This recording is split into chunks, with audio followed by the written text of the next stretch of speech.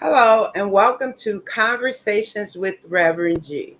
I am Reverend Grenetta Mason, aka Reverend G, and I'm here every Monday night on WEMS Radio from 8 p.m. to 9 p.m., bringing you spiritual conversations. My guests, they come from all walks of life with different perspectives, and we talk about spirituality from a practical point of view. How does it work in your life moment by moment? We talk about spirituality from the point of view of how can it support you no matter what you're doing? What practices work for you? And I always talk about the spiritual toolkit. So my guests, they share the practices that work for them. And we hope that in sharing those practices, some can work for you. It is my goal to support you in living your best life in joy with grace and ease. And I know that's not always the case because life is life and it happens. But I encourage you to always try to find that space where you can feel good.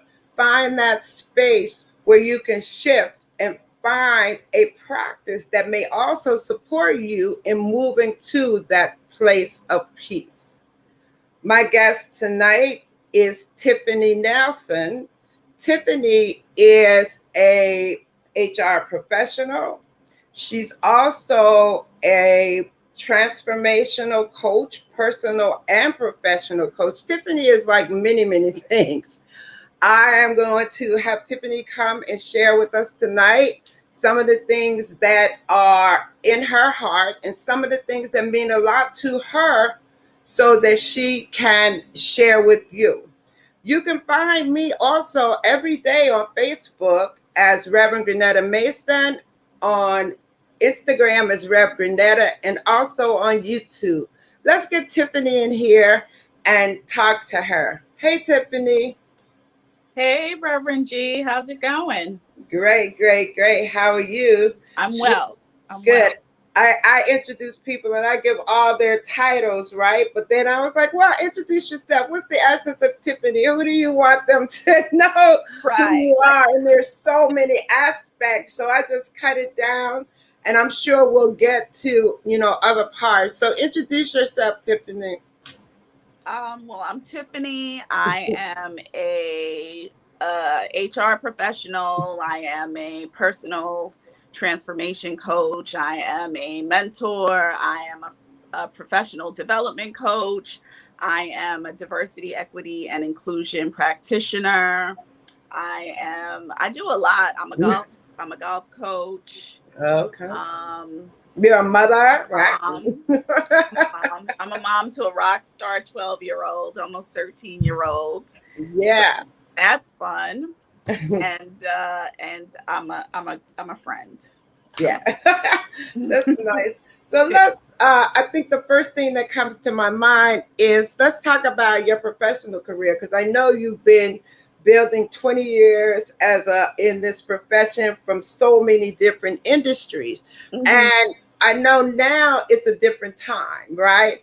Can you talk to some of the things that you see that are different now based on, your career? And I know you are really into the DEI space, right? So Yes. give us some insights on what are some of the new things you're seeing given the Black Lives Movement and your perspective from like you because you have a 20-year lens, so it would be interesting. Yeah, well, some of what I'm seeing right now and experiencing myself, and I think other practitioners are experiencing this, it's almost a sense of fatigue. Mm. So there's a fatigue that comes from doing diversity work. So unfortunately, diversity work is not the most well rewarded. It is not necessarily the easiest work. It's grueling. It is trying to shift the perspective of people, and Mhm. that work gets tiresome. Mhm. There's not always gratitude found in the work. And so I Mhm. think in light of Black Lives, the murder of Mr. George Floyd last year and Black Lives Matter, just taking on the movement, just taking on this incredible energy. I think now people who've been working with their companies and trying to shift the narrative around diversity work, I think now people are just tired. They're just Tight. it's like you're pushing against a boulder and it's not moving as quickly as you'd like, and you keep pushing, and we're really wearing ourselves out more than anything. Yeah. That is interesting. To think that, and what I was watching interesting, and it's interesting, the first thing you said is the fatigue of it all, and I know we'll keep going. I was interested to also in do you see any change, the way, to Yeah, see, I mean, like, I do see change. I see renewed energy. I see, people are championing diversity work. People really want to be a part of something great and something different. The young people are completely inspirational. Because for some of them this is all new, so that's been fun. What else are we seeing? I'm seeing lots of shift in different areas. So work around the Asian American community, work around disabled Americans, work around our veterans community, and so that's inspiring to see. That's good to see. And conversations are different. I think people are having different conversations than they did a year ago. Yeah, that's interesting too, because sometimes we get thinking narrow-mindedly about it's just the one area where people, us, the Black people, but then you mentioned like all the other areas where diversity and inclusion are important too. Yes. Also, when we look at all those different areas, as a Black female now moving through the whole corporate thing, and I now know that you're like in the luxury line. I say, look at Tiffany. Tiffany works for Tiffany, right? Yes. So what are some of the, because I like to share with how people can move through some of the challenges, right? So at this point, what would you say would be some of the challenges and ways that you could suggest people who are entering the field, people who want to be in HR, that they can get from you? Oh, well, I would definitely say that, people should start networking. Network. And that means, having, in addition to having your resume complete and always ready to go, networking online, such as LinkedIn, are great ways to kind of get moving in this work. Connecting with your, whether it's your alumni group or it's a specific group of girlfriends, I think that that's always helpful. And just really having like a 10-20 second pitch of what you want, really narrowing down what you want so that you can tell others. And even if they don't know how to help you, they might be able to find someone who can help you, or they know someone in their circle who can help you. I think those are great ways, things that people can do if they'd like to start moving into, a different space, particularly this space. Yeah, another thing that I think is people are talking about, all of us who have to go back to work, right? And not wanting to go back to work, right? Go back. Right. There's a lot of energy around, the whole remote situation. And I've been reading a lot about people are really exiting jobs based on whether they can be remote or not, right? And so the climate right now in the job market, what are you seeing as an HR? And I know you've done like hiring and all of that in the past, right? So we hear a lot of things about, oh, there are a lot of jobs out there, but then people don't want the jobs. What are you seeing in like the market from that perspective? We are seeing precisely that, in that, oh, I had to sneeze. We are seeing precisely what you're saying. People are, so I'll make this analogy. And I'll also say, if you want to transition into, just going back to your last question, if you want to transition into HR, try taking on new projects at your company. Mm-hmm. And I say that because what I did last year was I took on new assignments, assignments that I was asked to take on, and they were really big assignments. So, for instance, during the time that everything was really, really shut down, my company started to get a high volume of internet sales, phone orders, right? Because what happened was everyone's home with their partner or with their children or with their friends or with their parents, and people started to really look at their lives in a different way than before. So in being home with these loved ones or these friends, they started to say, okay, hey, let's celebrate our anniversary.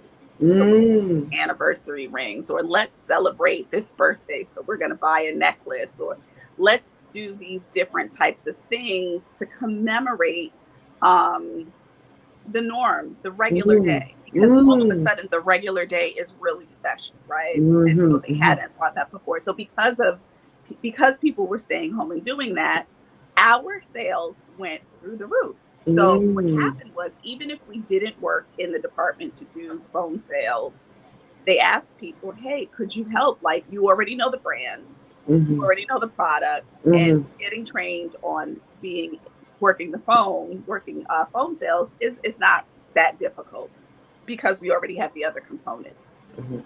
So as a result of that, that was one project that I took on. And that kind of segues to right now, what I'm seeing is that people are really looking at life differently. People are really considering what's important. And so in the job market right now, we are seeing that there are lots of jobs available because people are saying, you know what? I value my time, or I value being able to travel. And because I value that, if you can't give me what I want, I'm not coming back. I'm not coming back. And so we're seeing a lot, while there are a lot of vacancies, we're seeing a lot of exiting happening from different companies. And, you know, to some extent, it's a great thing. It is a great thing because unfortunately we had to go through such a tragic period of time for people to really understand what's important. So it's interesting that we got to look at the microcosm of people just doing that at their homes, like saying, hey, I want to celebrate this Sweet 16, or I want to celebrate my 11th anniversary for the 15th anniversary, and how it's translated to the larger economic system where people are saying, yeah, I don't want to work here if I can't have this type of time off. I don't want to work for this kind of company whose values are not aligned with mine. That's another reason are leaving companies. They're like, you know what, this company your values don't align with my values, so I'm leaving. So it's interesting. It's interesting. Yeah, we'll have to see, you know, what the shakeout is, you know, after we go through it and see people coming back and see. But it's surely going to be different because if you could actually, we did so much without coming to work, right? So, yeah, it will be interesting to see, because some companies are telling people to come back 5 days. Some companies are easing people back in, and it's just so much going on that we'll have to see. Like I say, let it shake out and see where we fall. But so what's interesting for me is that the people who do want to work and who are looking for jobs, it's a huge market for them, right? Yeah, because people are leaving their job. You know, like one man, what does it say? One man's trash is another man's treasure. So you know, exactly, right. There's lots of work out there. There are lots of new roles that didn't exist a year ago. There are lots of companies that have diversity plans or sustainability plans and sustainability goals that they didn't have last year. So there's lots of work. Let's stop and talk about that for a few minutes. So you work on creating these plans and these diversity plans and all of that. What's the action in them? So I come from the era where back there, we had to do the whole diversity thing. And, you try to look at, so what's the action that came out of all of that? Was it just committees and rhetoric? And did we see many Black people moving up? And did we see any impact in all of that, right? Do you have a sense of that now? Is it just committees? I always say this because I just don't, the diversity committee, what is that, right? Right. Well, it's so interesting. So I work for Tiffany and Company, as you know, and at Tiffany and Company, we have a ERG, which is an employee resource group for Black employees. Oh, okay. It's called the African Brilliance Collective, and it's a group of employees and allies who really want to amplify the voices, Black voices, who really want to create change in talent acquisition and in internal promotion and employee engagement, right? Specifically for Black employees. So I think there are some companies that it's performative, right? Everything happened last year. So yeah, we're going to form these committees. But I must say, like, we have been very fortunate to be able to move the needle, very fortunate to be able to, yes, we do have committees, of course, because that's what things done, but to really impact the programming that employees are able to experience. So for instance, one of my goals at the beginning of this year even was to create programming every month for our Black employees and allies. And I've been able to do that. I've been able to, whether it was celebrating Black love in February, or Mental Health Awareness Month, or, International Women's Month. Every month we've been able to create programming for our Black employees, and it's been incredible. It's been incredible. Yeah. Right. And I like the idea of being able to give them a voice, right? Give them a voice where they can, have a space to talk about what's important. I can understand the fatigue because I know it's going to be a big job, right? Yes. Really, I've shifted the whole culture, shift the whole way of thinking. That's a huge job. Yeah. And I do appreciate any steps that are being made. Anything that we can say, yay, good, but we still have to continue to see more, right? And for me also, it's about how do we support our young people? How do we support them in moving through to be where we are, because we're examples, but what things can we pass down to them? And I know as a mother, I know that's what you work to do as a mother and a mentor, right? Yes. I'm sure, the part of it is to raise our youth up, to give them something, right? Let's shift a little bit and talk about what was it like for you having an 11, 12-year-old over the past year and a half during this whole pandemic, and how are you guys coming out of it, and how are you dealing with going back to school? Oh, that's such a great question. Last year was unprecedented for us all. And right. So some days we did really well and some days we didn't, but it was what right.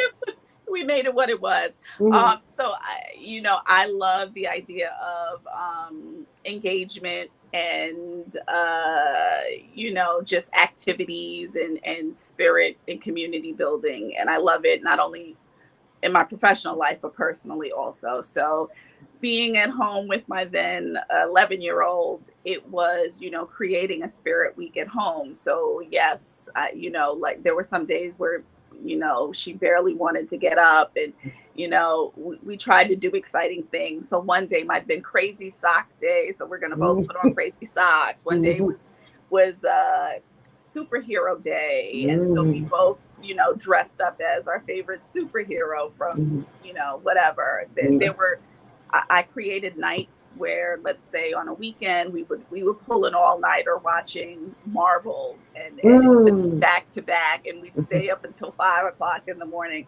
but really just trying to stay engaged and try to create memories, even though outside there was so much sadness happening. We really made the best of it.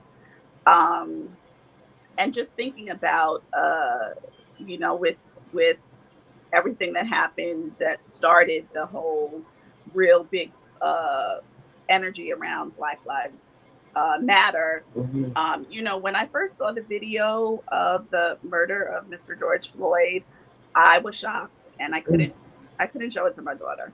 I waited like 5 days, and I finally showed it to her on the weekend. I didn't want to show it to her during the week. I feel like the video came out like on a Monday or something, or that's when people became aware of it. I waited to the following weekend to show it to her, and I just remember the look on her face as she was watching it, and the tears coming down her face because she didn't understand what was happening. And so just really allowing us the time to sit in that grief and feel the pain.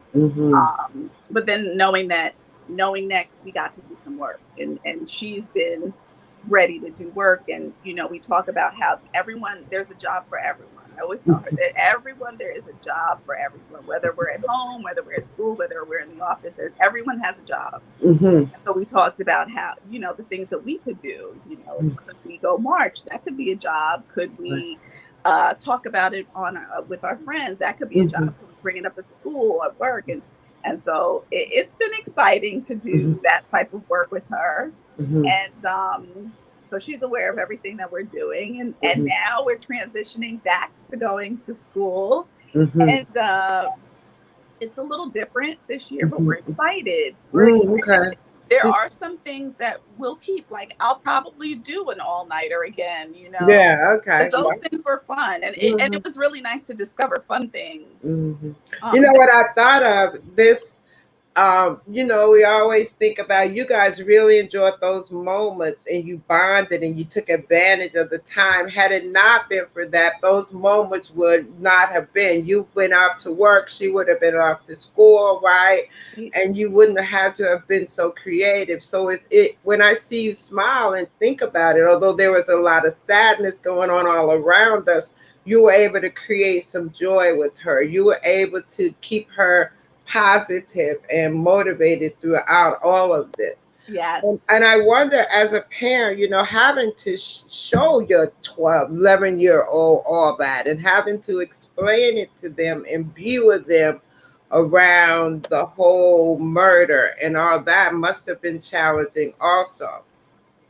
Extremely. It's extremely challenging because you can't help as a mom, I'm sure I'm not the only one. You're in a department store and you hear someone say mom, and everybody's looking around. Right. Your kid's not with you. You're still looking around. Right. And to hear someone call for their mama, I think at that moment, the maternal instinct in everyone, whether you have children biologically, whether you have children who come from your heart, who you adopted, I think everyone really felt a sense of, that's my child, that's my brother, that's my sister. And so I think that my daughter was definitely able to identify with that.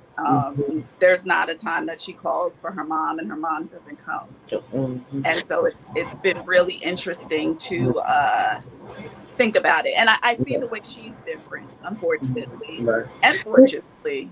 Did you have to think of, like, now she's a Black female. Now, if you had a male, you probably would have said different things, right? Did you talk to her about strategies? I mean, at 11-year-old, did you have to talk about that kind of thing? You know what I mean? How do you navigate as a brown person in this world? At 11 years old, what kind of conversation was that?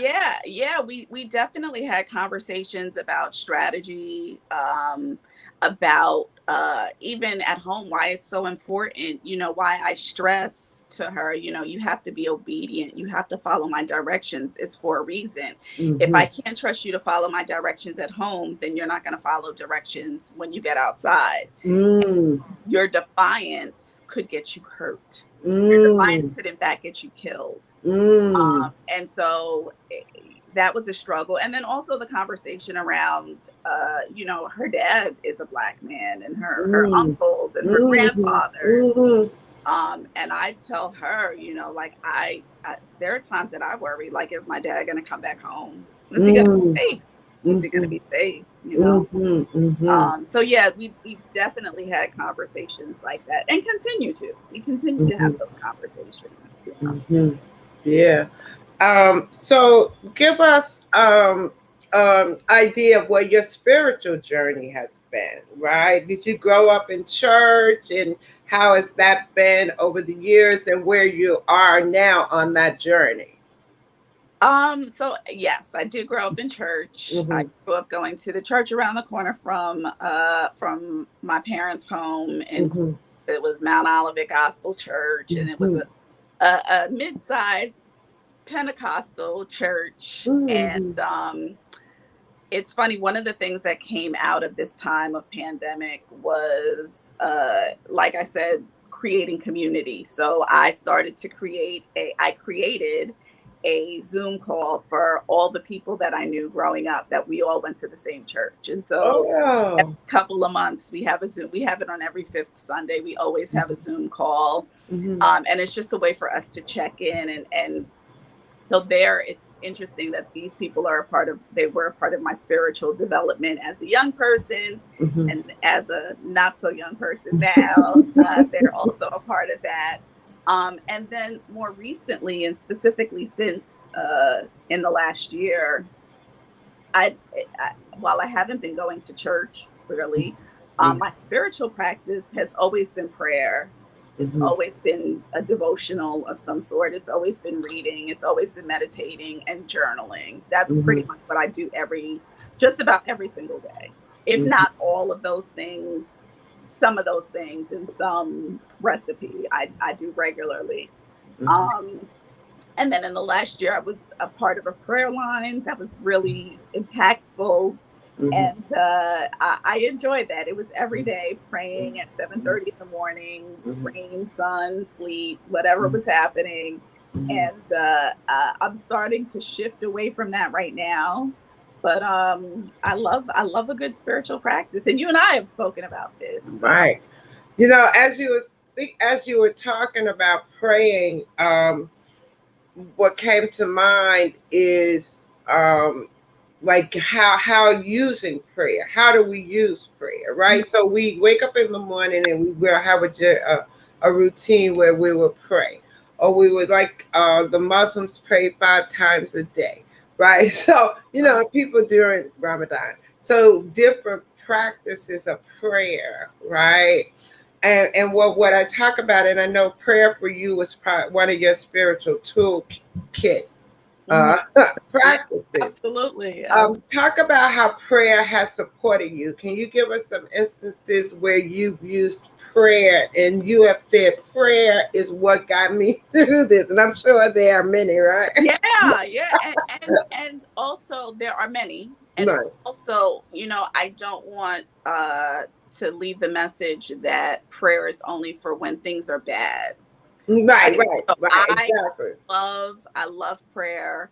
And I love prayer in the bad times and in the good times. And I love to think about how we can pray different. I pray different prayers at different times. There are times today, for instance, at work, I just had prayers of thanksgiving. I was thinking gratitude for his goodness and for his faithfulness. And it was just that. And trust me, listen, everything's not perfect. Everything's right. I don't have everything that I want. I haven't accomplished everything that I want to accomplish. But there is something to be found in a prayer of gratitude and a prayer of thanksgiving. There's also a prayer of petition.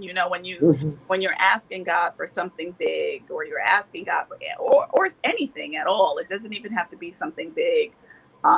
So those are also also prayers or prayers of praise. Sometimes we get to just give praise and just eulogize and just speak well of God or whoever, whatever practice that we do.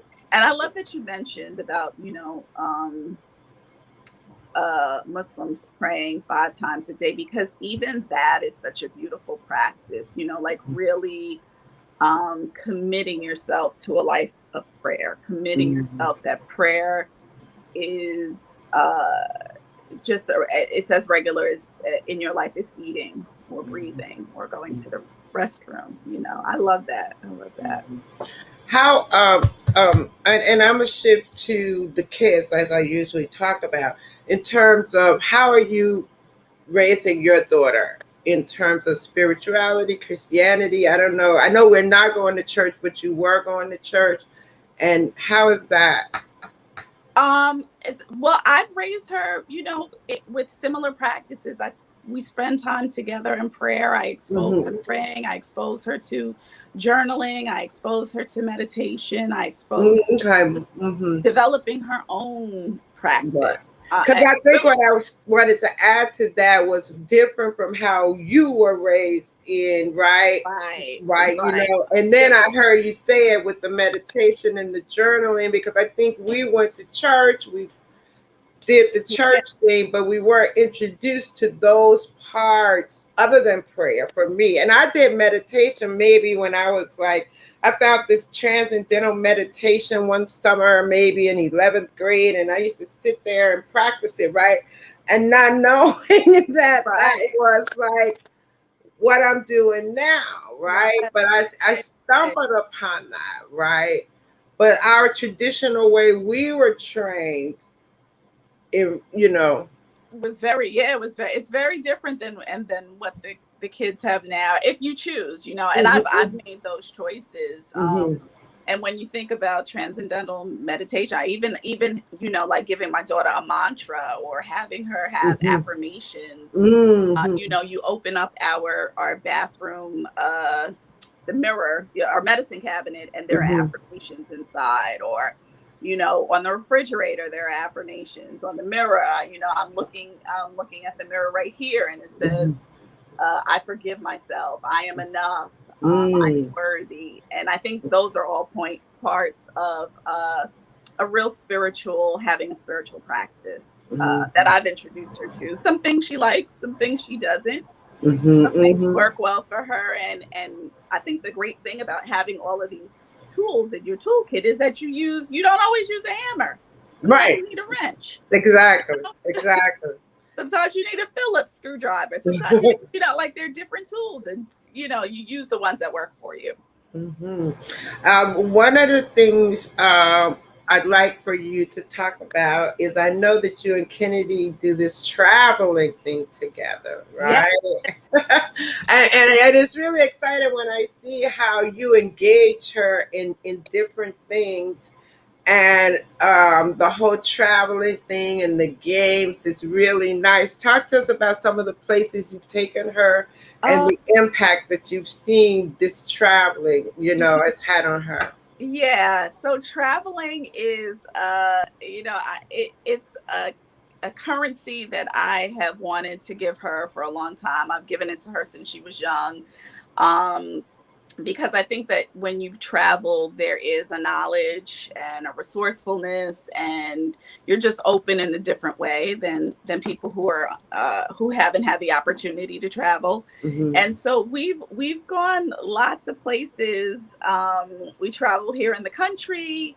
We've traveled abroad. She's been to Paris. She's been to Italy. She's been to Iceland. We've done a fair amount of traveling. And so it's just something that we love. The other day she just mentioned, she was like, Mom, when we were in Paris, we had the best hot dog ever at Disneyland Paris. It was so good. And it's funny because it was a plain hot dog, but she understood like the bread tastes different. She was like, so good.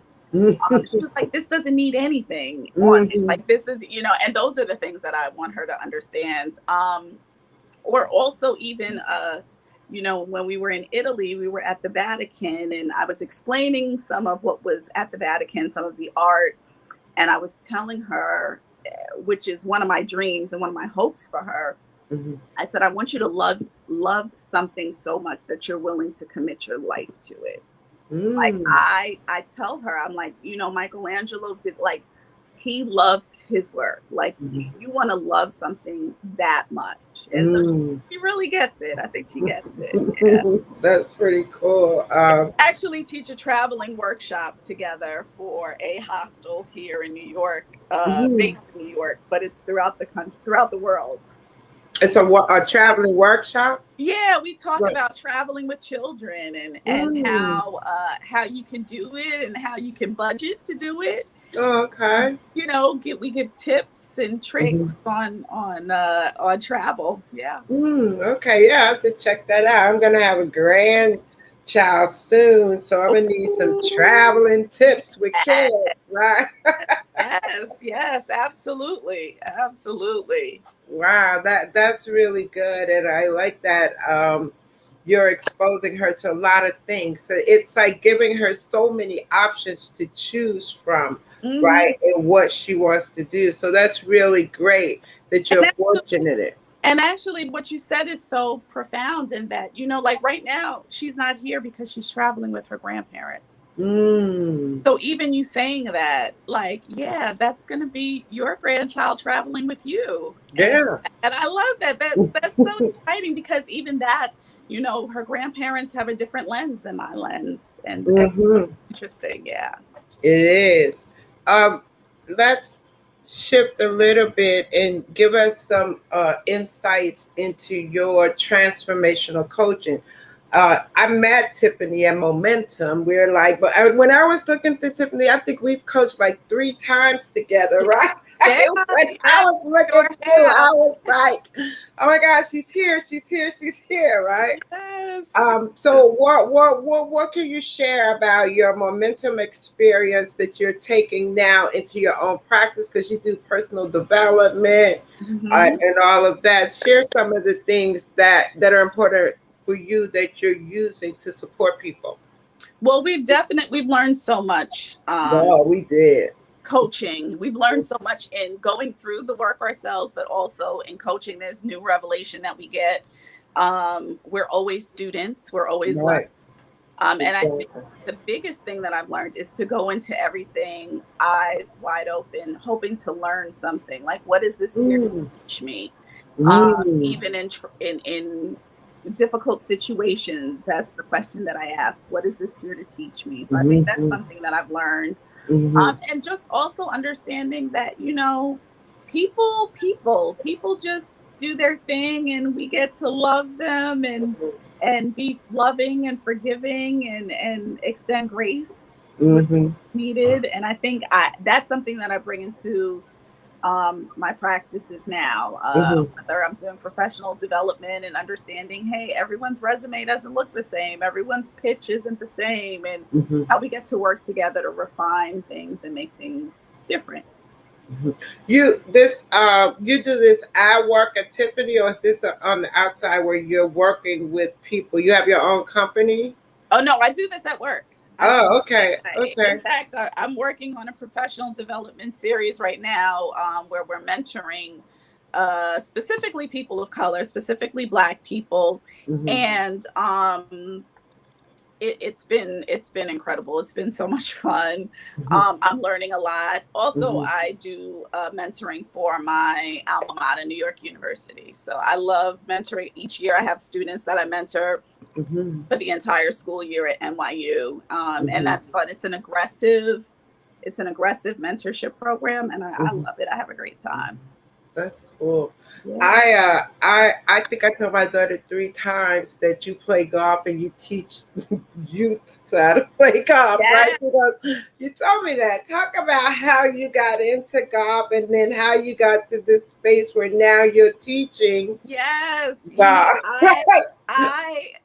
I think another thing that I've learned from our transformation work is pivot. Sometimes you just got to pivot. Like right. sometimes life throws you an unexpected curveball, and you just get to, take those lemons and either add it to have it with your tequila shot, or make lemonade, or whatever you want to make, lemon tarts, or whatever you want to do with it. And so that's what happened to me, right? So right before the financial crisis of 2008, and I was working in construction. And around 2006, things started to slow down in construction, in industrial construction, and we knew something was coming. I was laid off from my job, and I'm thinking, what am I going to do? And I had already played golf a little bit, and I just started practicing and playing and practicing and playing. I went to a golf event not long after being laid off, and I met some people there, and it was interesting. It was on Governor's Island, and a few months later, someone called me and said, "Hey, are you?"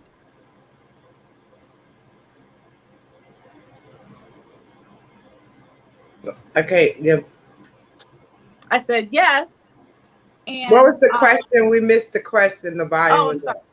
Someone said, "Is this Tiffany?" And I said yes. And they said, "This is Tom. We met back in October." And I'm thinking to myself, I met a lot of people. Random white guy, I don't remember. And so, like, you got to give me more. And so we just kind of talked, and he said, "Listen, I know you could play because I saw you. We played together at the event." He said, "I'd love for you to come teach." And it's for New York City's City Parks Foundation. And that's the organization that puts all programming into the parks in the 5 boroughs. And that was in 2007. I started working for them. And I've been working pretty much ever since. Every year. And it's been incredible. I never thought that I was going to be a golf instructor, but it was the pivot. It was definitely being open-minded. What is this here to teach me, and pivoting into it. And, I get to work. Sometimes I work with people who I taught how to play, and I look back, like, I've played for so long and I've coached for so long. And it's been really incredible, really incredible. I think I saw on the television the other day about the program, and I thought of you, right? Because I think they just completed one, and they're talking about whether the students would then go on. Because I remember when I went to college, our school had a golf. They recruited for the people to come there to play golf, right? So it's as big as recruiting for football and all those other sports. Yes. Like, this is what people are just starting to understand. Like, whatever money the NCAA is throwing at basketball, they got to throw the same money at all the sports. Exactly. And so what happens is I get to coach and teach kids who might not necessarily be the best golfer, but because there are no other golfers, they're offered a scholarship, and they get to be on their school's golf team. Whereas basketball is so highly competitive because everyone plays basketball, or everyone plays baseball or football. So yes, that is. And I believe that the more black children you train, the more we will see them grow up to be golfers, and you'll see the whole thing turn where you'll have more and more black and brown children growing up to play golf, because it's like exposing them at an early age, right? So that then they grow into it. Because I always think about, one thing for me is like ice hockey, right? Right. And I went to some games for the first time, but there were like only 1 or 2 black people that play hockey, ice hockey, right? When you think about it. But it's just an example. And I think now you'll see more and more, because more and more younger black and brown kids are playing ice hockey. And like you said, even with the golf, now they're looking to give more of them golf scholarships, or come here and play on this team. So I think that's really beautiful to see another whole sport just open up and expand. Yeah, it is.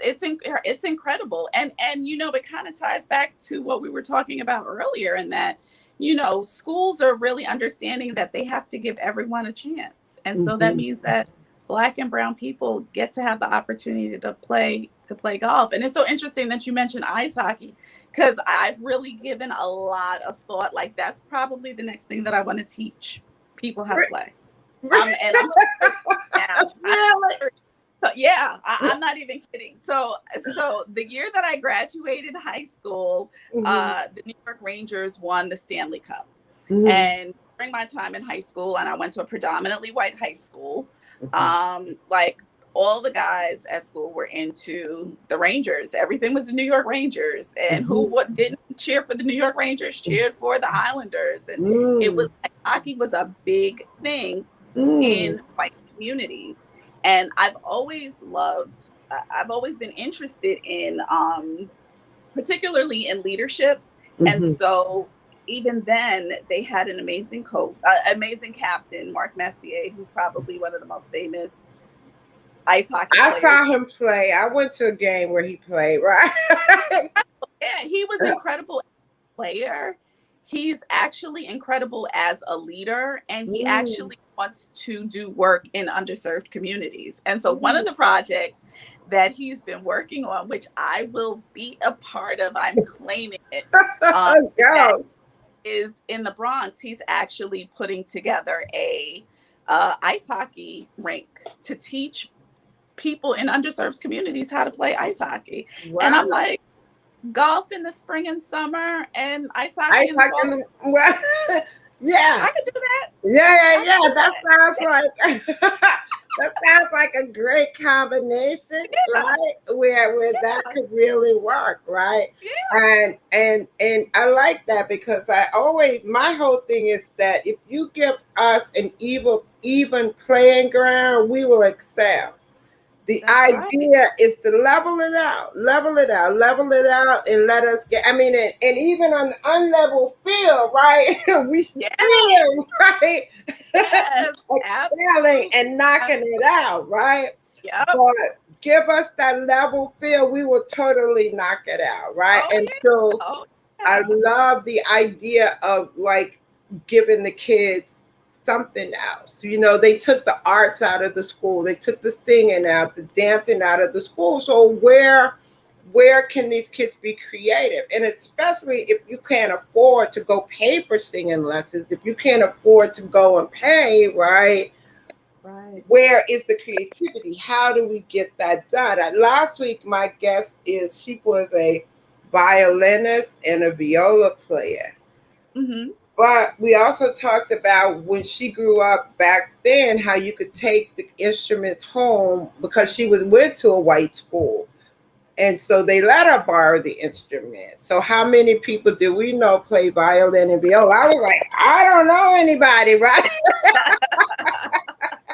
But I understand why, right? Yeah. And so the idea is the whole point is creativity for cats and how we are making up for not having the free dance class in school or the Mm-hmm. art class and all of that. So it's really cool when I see like the golf and the ice hockey and that whole thing happening for our youth. Right. Yeah. Yeah. Yeah. It's incredible, and I think there's so many spaces. Arts is a big part of what city parks provides. Hmm. Arts for people and arts for young people and classes on sustainability, and these are things that people really need. Young Hmm. people really need an opportunity to experience, particularly the arts. I think the arts activates something different in the brain, whether it's Hmm. music, vocal, whether it's theater, whether it's drama. So yeah. Hmm. The art, Mhm. yeah, but having access to that is really good. Yeah. We've talked about a lot of things. I want to hear about this mac and cheese connoisseur, right? What Mhm. what is that, Tiffany? Right? I guess everybody has their thing. I guess for some people it's drugs, for some people it's alcohol. Cheese. Hey, have whatever, but I just love a good mac and cheese, and so I'm always looking for a good mac and cheese. I'm always willing to try macaroni and cheese. It's one of my comfort foods, and so no matter where I am, and I think most places make some variation of macaroni and cheese, right? I mean, essentially, it's bread and cheese, really. Right. I just it's just something that I love. I love mac and cheese. You know what's funny about that is I actually saw somewhere online where Cardi B was eating this mac and cheese, right? Oh my gosh, I gotta see that. And on these long fingernails with diamonds all on them, right? And she was talking about this is the best mac and cheese ever. And I'd never seen mac and cheese look like that. So maybe go look it up and see what kind of. I'm gonna definitely look it up. My sister makes a really good macaroni and cheese, and after that macaroni and cheese, I love the mac and cheese at a cafeteria restaurant in Manhattan, which is on 17th and 7th. I love their mac and cheese. You just love it, right? I want somebody who will make a good vegan mac and cheese, right? That's what I'm looking for, right? Like a really great vegan mac and cheese, you know. It's so interesting. I know that we've talked about a lot, so I want to give you a chance, you know, to kind of like sum up and leave people with like where they whatever you want to say. Like at the end, I was like, oh, what closing remarks might you have for people? Right. So I like to leave people with some ideas. So we're almost at September. We're mid August, and so for September, I'm hoping that people are looking at September like it's the beginning of a school year. It's almost the beginning of a new season, autumn, and so I think that it's not too late if you have goals that you want to pursue for this year. Now's the time to start making them, start planning for 2022. I think of my life in some aspects as a business, and no business waits until December to plan what they're going to do for the next year. Businesses are forecasting 3, 4, 5, 10 years out. And so I think people should start doing that. I think people should start because of my last year, especially at work, and just the ridiculous amount of sales, the ridiculous volume that has occurred in luxury retail, revenue volume. I think that people should really do the things that you want to do. Eat the good bread, use the glasses, put on the jewelry, purchase what you want, stop waiting. Stop pushing it off. Stop waiting for a holiday or a special occasion. Today is a special occasion. So I'll say that as far as life is concerned. Professionally, I will say, I think I forget who has it, but someone had on their ad something like drink responsibly. I think like typically like if you see an ad for alcohol or something, it says drink responsibly. And I like to turn that on its ear a little bit for career building.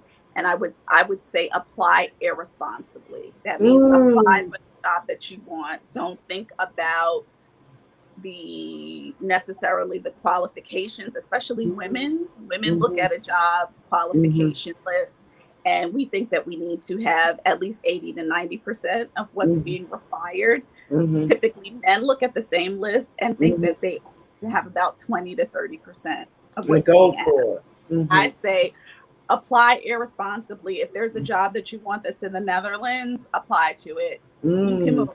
You can pack up and go. You know, if you want to pivot into a different career, if you want to, at this age, become a violin player, take the lesson. Right. That's like we really learned. Like you said, it's like now, live your life now. Right. Absolutely. So that's what I would say. Right.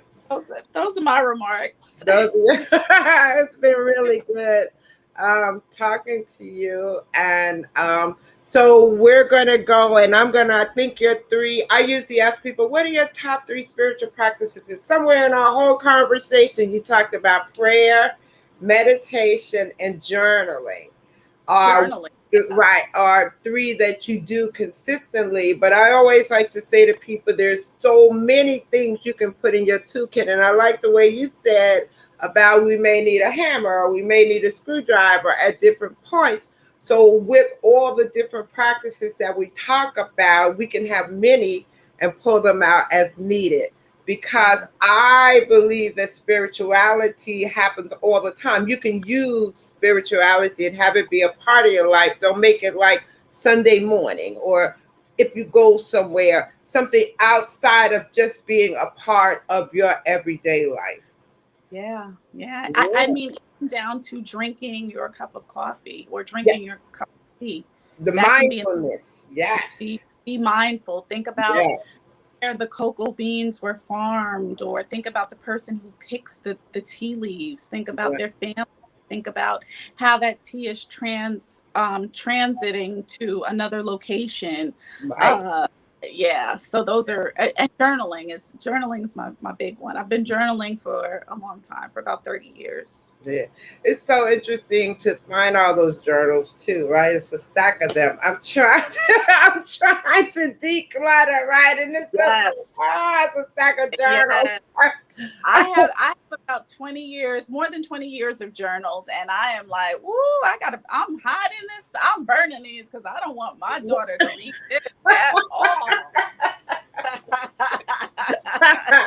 Well, thank you for joining me, and keep inspiring the youth, the Black people, the brown people, everybody, right? I love that you Yeah. are, really living full, have so many things, and that you're smiling. I love that, right? Oh, The joy, you. you know. So thank you, Tiffany, for joining me, and I will totally be in touch. Thank you so much. I appreciate you having me. I All hope right. everybody. Okay. All right. Well, thank you for joining me on Conversations with Reverend G. And I will see you next week at 8 o'clock p.m. on WEMS Radio. You can find it on Facebook, on YouTube, and on the WEMS Radio app. I am Reverend G, and I'd like to leave you today with a message around living right now, living your best life right now, enjoying your life. We went through the past year, and what came out of that was this need to take care of ourselves, to be able to enjoy our family, enjoy our friends. So there's a shift and what we think is important along this whole journey now. So I would like to encourage us to live now in this moment, enjoy, and have a great, great year, day, month. I will definitely see you next week. And you can find me every day on Facebook as Reverend Grenetta Mason, and on YouTube as Rev Grenetta Mason, and Instagram Rev Grenetta. I'll see you next week at 8 p.m. Have a great, great week.